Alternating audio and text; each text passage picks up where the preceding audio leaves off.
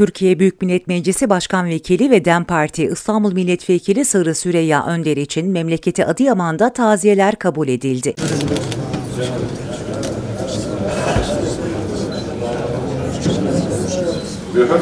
Tedavi gördüğü hastanede hayatını kaybeden Adıyamanlı Türkiye Büyük Millet Meclisi Başkan Vekili ve DEM Parti İstanbul Milletvekili Sırrı Süreyya Önder için Adıyaman Merinos Taziye Evi'nde taziye kabulü gerçekleştirildi. Allahümme salli ala seyyidina Muhammedin ve ala ali seyyidina Muhammed. Adıyaman Belediye Başkanı Abdurrahman Tutter'e taziye ziyaretinde bulundu.